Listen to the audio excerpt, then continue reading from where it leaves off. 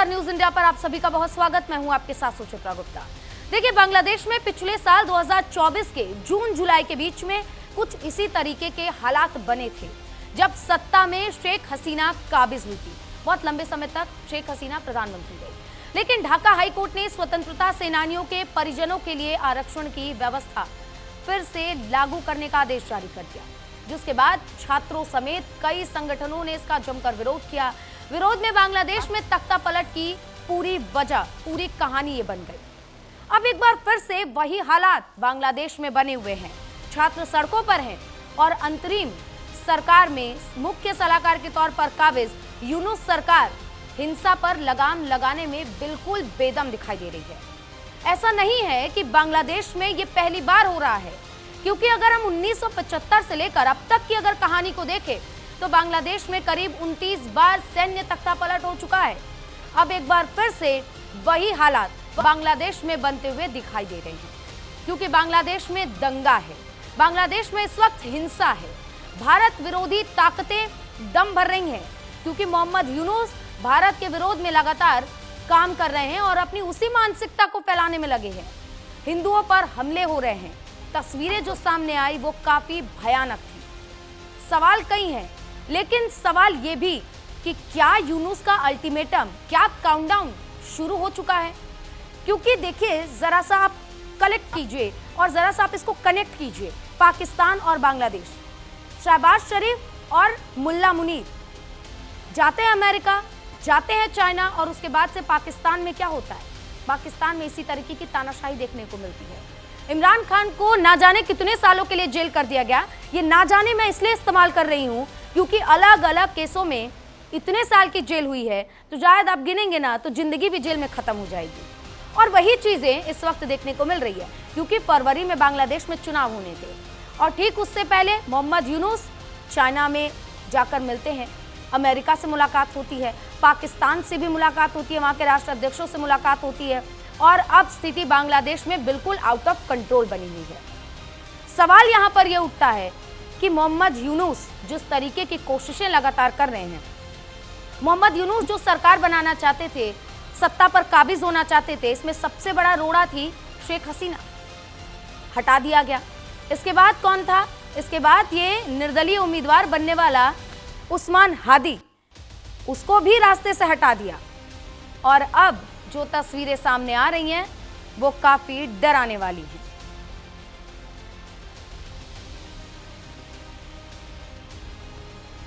ये तस्वीरें बांग्लादेश के सड़कों से सामने आई, जहां पर जगह जगह पर आगजनी देखी जा रही है।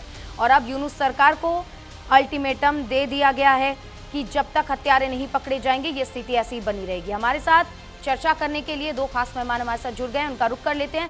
रिटायर्ड मेजर जनरल अनुज माथुर सर जुड़ गए हैं डिफेंस एक्सपर्ट के तौर पर, और शोएब चौधरी सर जुड़ गए, बांग्लादेशी पत्रकार।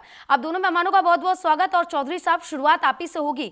बांग्लादेश की इस वक्त स्थिति बहुत गंभीर बनी हुई है, जिसकी चिंता आपने कुछ महीनों पहले हमारे चैनल पर बैठकर जताई थी कि जो स्थिति जो मोहम्मद यूनुस कर रहे हैं, कहीं ना कहीं स्थिति बहुत भयानक हो जाएगी। वही हम देख रहे हैं। लेकिन ऐसी स्थिति में जब अल्टीमेटम यूनुस को दे दिया गया है कि हत्यारों को पकड़ा जाए, अगर हत्यारों को नहीं पकड़ा जाता है, और जो स्थिति इस वक्त बांग्लादेश में बनी हुई है, आने वाले समय में, क्योंकि आप वहां रह रहे हैं, आप वहां की चीजों को ज्यादा अच्छे से समझ सकते हैं, क्या चीजें निकलकर सामने आ रही हैं? बहुत बहुत धन्यवाद सुचित्रा जी। पहले आप तो जानते हैं कि बांग्लादेश में जो हिंदू युवक दीपू चंद्र दास का हत्या हुआ, और कल ही और एक हिंदू युवक को, उनका नाम है गोपाल बिस्वा। उनके कसूर है कि हाथ में जो सनातनी रिस्ट बैंड सूतक के वो पहनते हैं, पहना हुआ रिक्शा चला रहे थे, तकलीफ हुआ तो उन्होंने कहा जय माँ दुर्गा, और तुरंत उसको पकड़ ली जिहादियों ने। कहता है कि वो भारतीय एजेंट है। तो मैंने ट्वीट किया दीपू चंद्र के बारे में, आप जानते हैं। और आज ही कई घंटे पहले अमेरिकन कांग्रेसमैन एंडी ऑगलेस ने ट्विटर पे एक चेतावनी डाली दीपू चंद्र के मर्डर के बारे में, और इन्होंने यूनुस को सावधान किया। और हमारे पास जो खबर है, बहुत ही जल्द state department Marco Rubio secretary of state, वो भी एक स्टेटमेंट इशू कर रहा है दीपू चंद्र के बारे में। अभी बांग्लादेश की हालत क्या है? आपने जैसे कहा कि ये लोगों ने 24 घंटे की अल्टीमेटम दिया। 24 घंटे तो चले गए, मगर ये जिहादियों अभी जिहादी और यूनुस मिलजुल के नाटक कर रहा है बांग्लादेश को डिस्टेबलाइज करने के लिए। ढाका शहर में मैं हमारे आदरणीय को पैनलिस्ट माथुर जी की अटेंशन ड्रॉ करना चाहता हूं कि ढाका सिटी में अभी पाकिस्तानी आईएसआई के 5 ऑफिस है। एक ऑफिस का नाम है ढाका स्टेशन, और वो ढाका स्टेशन से पर महीने हर महीने 20 करोड़ टाका, क्योंकि पाकिस्तानी आईएसआई तो यहाँ ड्रग्स बेच रहे हैं और जो काउंटरफेट इंडियन करेंसी भी बेच रहे हैं, तो 20 करोड़ टाका पर महीना इन्वेस्ट कर रहे, जिहादियों को दे रहे भारत के खिलाफ ये सब करने के लिए, हिंदुओं के खिलाफ ये सब करने के लिए। और यूनुस क्यों कर रहा है? क्योंकि आप जानते हैं सुचित्रा जी के फरवरी के 12 तारीख जो चुनाव की जो इसने घोषणा की, उस दिन इलेक्शन के साथ साथ एक रेफरेंडम भी होगा। दुनिया के कहीं भी ऐसे होता नहीं। और ये रेफरेंडम क्यों? कि यूनुस की जो जुलाई चार्टर है, इसको लोगों की अनुमोदन ले ले। अगर अनुमोदन मिल जाता है, लोगों से अप्रूवल मिलता है, तो यूनुस वो जुलाई चार्टर को स्थापित करेगा हमारे संविधान के ऊपर, और उसी दिन से 12 फरवरी से यूनुस बन जाएगा सुप्रीम लीडर। और ये बंद उसके जो तानाशाही, इसको नाम देगा विप्लवकारी विप्लवी सरकार, यानी क्या कहते हैं हिंदी में, रिवोल्यूशनरी गवर्नमेंट, क्रांतिकारी सरकार। सो यूनुस ईरान की आयतुल्ला की तरह एक आयतुल्ला बनने की कोशिश में है। और जैसे मैंने आपको बताया अमेरिकी कांग्रेसमैन के बारे में, और अमेरिका के थिंक टैंक केवस्टोन इंस्टीट्यूट, ये लोगों ने भी आज स्टेटमेंट दे दी कि यूनुस खिलाफत बनाने की कोशिश में बांग्लादेश को, इसको रोको। यूनुस के अभी कोई चारा है नहीं। भारत के साथ लफड़ा करने का बहुत ही महंगा पड़ेगा उसको। मैं एक बात कहता हूँ, आपको क्षमा मांग से आपसे सुचित्रा जी, एक डायलॉग है हिंदी फिल्म के कि जब गीदड़ की मौत आता है शहर की तरह भागता है। यूनुस की वही हालत है। वो भारत के साथ पंगा लड़े, उसको पता नहीं भारत क्या है, उसको पता नहीं दुनिया में हिंदू शक्ति कितना है। अभी उसको महसूस होगा, वो देखेगा बहुत ही जल्दी। मैं आपको कह रहा हूं कि एक दीपू चंद्र की मृत्यु की लिए इतने कितने प्रेशर आने वाला है यूनुस के ऊपर, आप देखेंगे, मथुर जी भी देखेंगे और दुनिया भी देखेगा। ठीक है माथुर सर, जिस तरीके की तस्वीरें सामने आ रही है, और एक सवाल यहाँ पर ये सबसे ज्यादा उठ जाता है कि हर बार हिंदू ही क्यों टारगेट किए जाते हैं?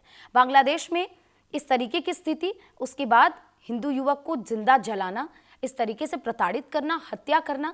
अगर आंदोलन चल रहा है, प्रदर्शनकारी सड़कों पर हैं, ये एक अलग बवाल है, लेकिन इस बीच में हिंदुओं की हत्या करके ये जो प्रदर्शनकारी, ये जो कट्टरपंथी है, वो क्या संदेश देने की कोशिश कर रहे हैं? जय हिंद सुचित्रा। देखिए, मैं आपको एक बात साफ बताता हूं कि पाकिस्तान, एक ये बात समझने की है कि पाकिस्तान को जो 1971 में उनका जो बहुत बुरा हाल हुआ था, जिस प्रकार का उनको वो झेलना पड़ा था, इसको मैं ये कह रहा हूं 93,000 सोल्जर्स, ये इतिहास में ऐसा नहीं हुआ। तो उसके लिए उन्होंने दो चीजों को जिम्मेवार माना था। पहला भारतीय सेना और दूसरा बांग्लादेश की जो पार्टी थी, जिन्होंने मुक्ति बाहिनी जिन्होंने लड़ा, तो उनको बांग्लादेश के लोग और पाकिस्तान उस समय से लेके आज तक इन दोनों के खिलाफ काम कर रहा है। उन्होंने भारतीय सेना के खिलाफ काम करके देख लिया, मार खाई उन्होंने। अब उनका मैं आपको बता रहा हूं, ये बात समझने की है कि पाकिस्तान बांग्लादेश के लोगों से बदला निकाल रहा है। ये पाकिस्तान वहां पर उनकी मदद करने के लिए नहीं आया है। ये जो पाकिस्तान का आईएसआई है, आपको मैं जनरल टिक्का खान की जो ऑपरेशन सर्च लाइट है सुचित्रा, मैं बता नहीं सकता, आपको सबको पता है। 4 लाख बंगाली महिलाओं के साथ बर्बरता हुई, 40 लाख बंगालियों को मारा गया। उस समय कोई मुसलमान, हिंदू, सिख, पंजाबी देख नहीं रहा था। तो ये जब हो रहा था जेनोसाइड, ये बांग्लादेश के लोगों ने झेला है, देखा है। और बांग्लादेश की आधी से ज्यादा पॉपुलेशन जो आज है, उसने ये मंजर अपनी आंखों से देख करके महसूस किया है। बावजूद उसके पाकिस्तान ये क्यों कर पा रहा है? मैं एक बात साफ बताना चाहता हूं जी चित्रा, कि ये जो लोग हैं ये असली बांग्लादेश नहीं है। हम्म। ये बांग्लादेश के शत्रु हैं। ये वही हैं जो 1971 में भी बांग्लादेश के ये खिलाफ बात तो थे। माथुर सर बिल्कुल जाहिर है कि कोई अगर अपने देश से प्यार करेगा तो वो इस तरीके की स्थिति अपने देश में नहीं पैदा करेगा। और हम अपने दर्शकों को इसी से जुड़ी एक रिपोर्ट दिखाना चाहते हैं और आप दोनों मेहमान हमारे साथ बने रहिएगा।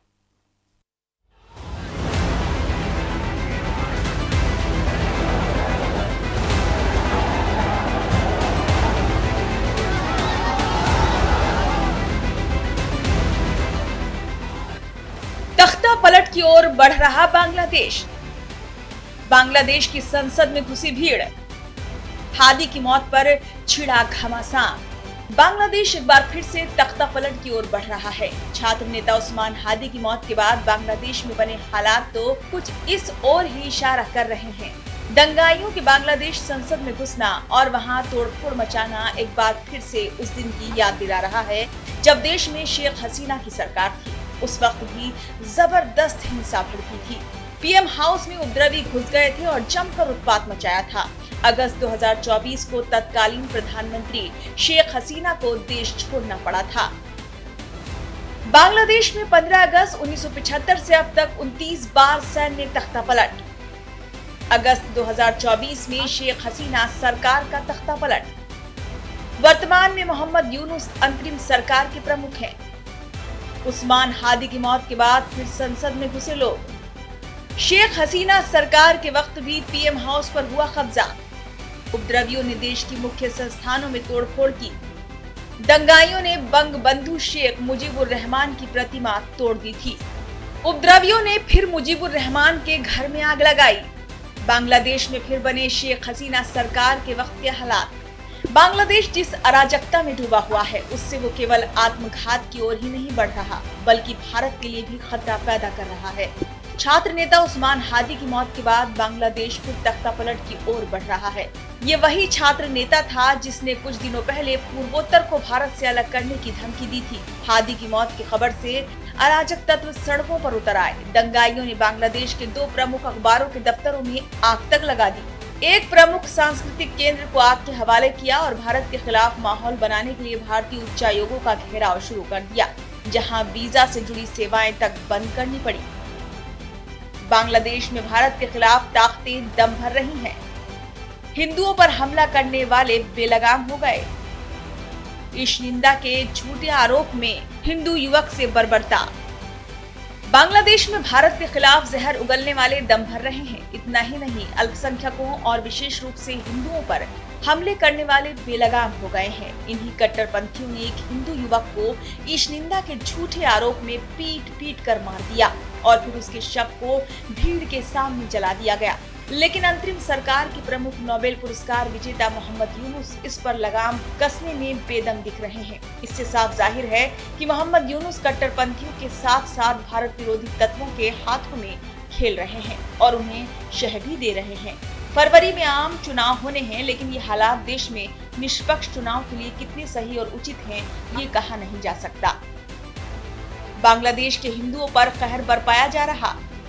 दंगाइयों पर अंतरिम यूनुस सरकार एक्शन लेने में नाकाम।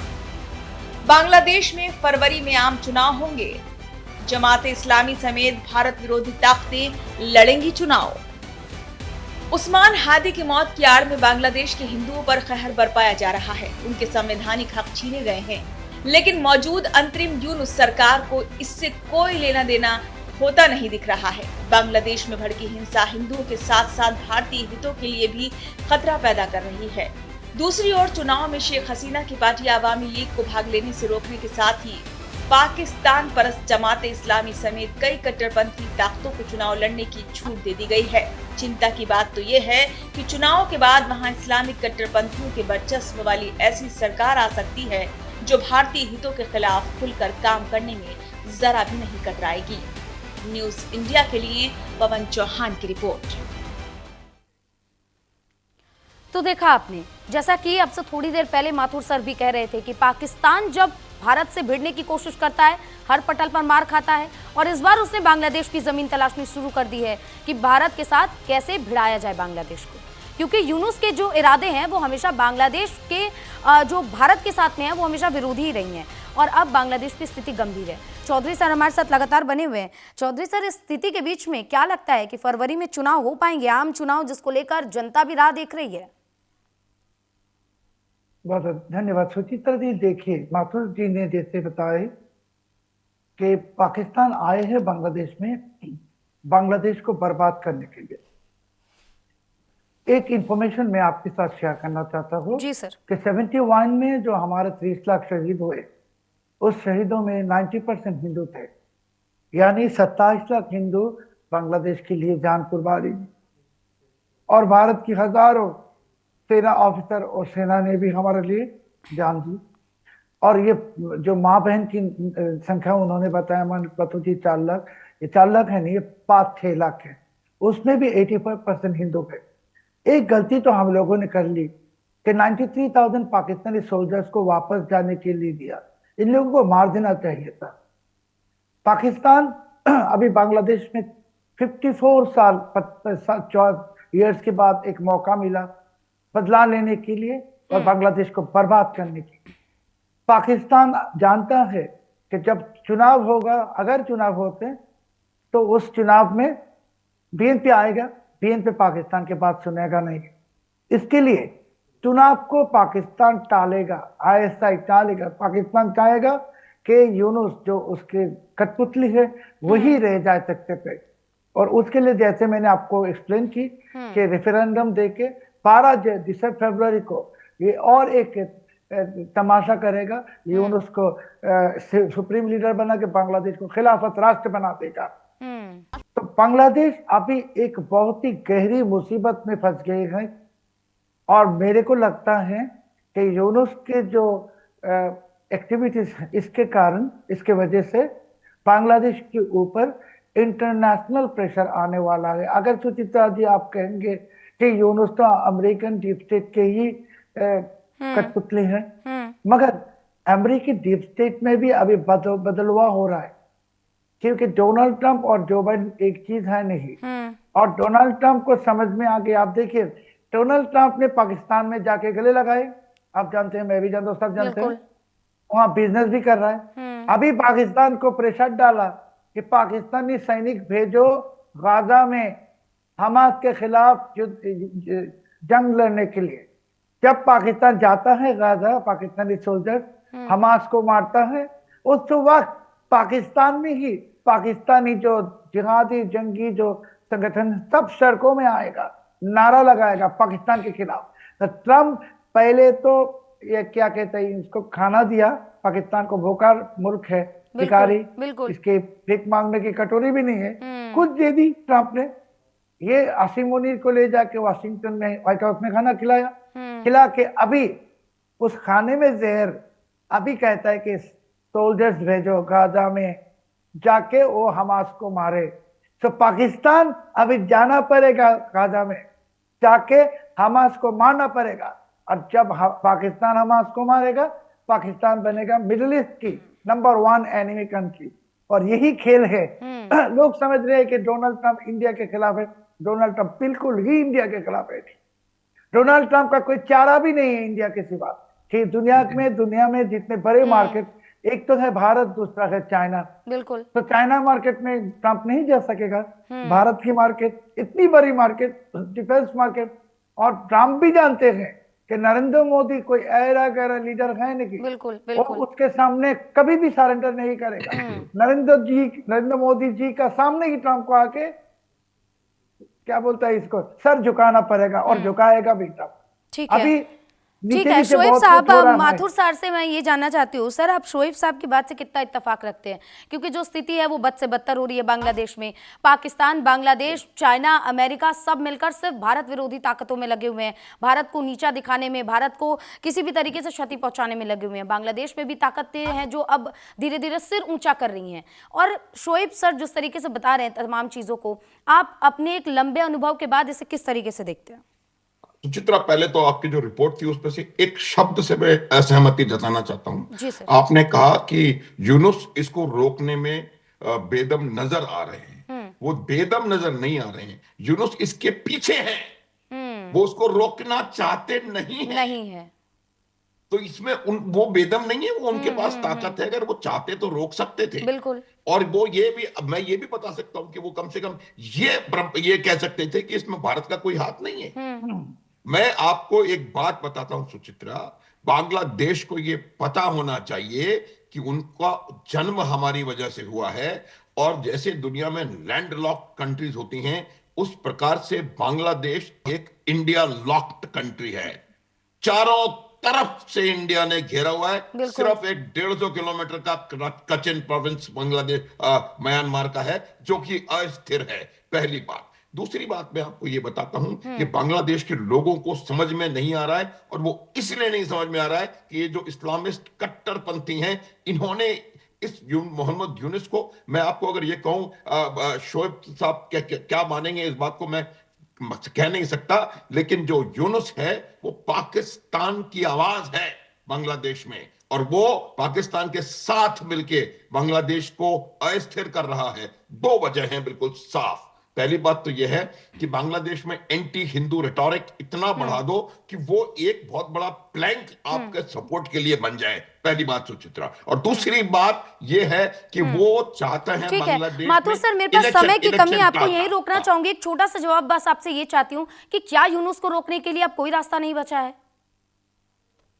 देखिए, यूनुस को बांग्लादेश की जनता रोकेगी, क्योंकि ये जो उपद्रवी हैं वो असल बांग्लादेश नहीं है, ये मैं बता रहा हूं आपको। और जब असल बांग्लादेश इनके खिलाफ उठेगा तो ये यूनुस को और उनको सबको बराबर करेंगे। और ये हादी का जो मौत है उसकी वजह भी ये है कि वो कहीं ना कहीं यूनुस को अपना प्रतिद्वंद्वी नजर आ रहा था। उसमें खतरा नजर आ रहा था। तौर पर तानाशाही दिखानी है, विरोधियों को खत्म करना है, जिस वजह से ये सारी चीजें की गई है। बहुत बहुत शुक्रिया शोएब चौधरी साहब, आप हमारे साथ जुड़े और बांग्लादेश के जो असली हालात है वो दर्शकों के साथ आपने साझा किया। और माथुर सर, आपका भी बहुत शुक्रिया, आपने विस्तार से इस पर बताया लोगों को और समझाया कि आखिर ये स्थिति क्यों पैदा की जा रही है। इसी के साथ चर्चा में बस इतना ही। आप देखते रहिए न्यूज़ इंडिया।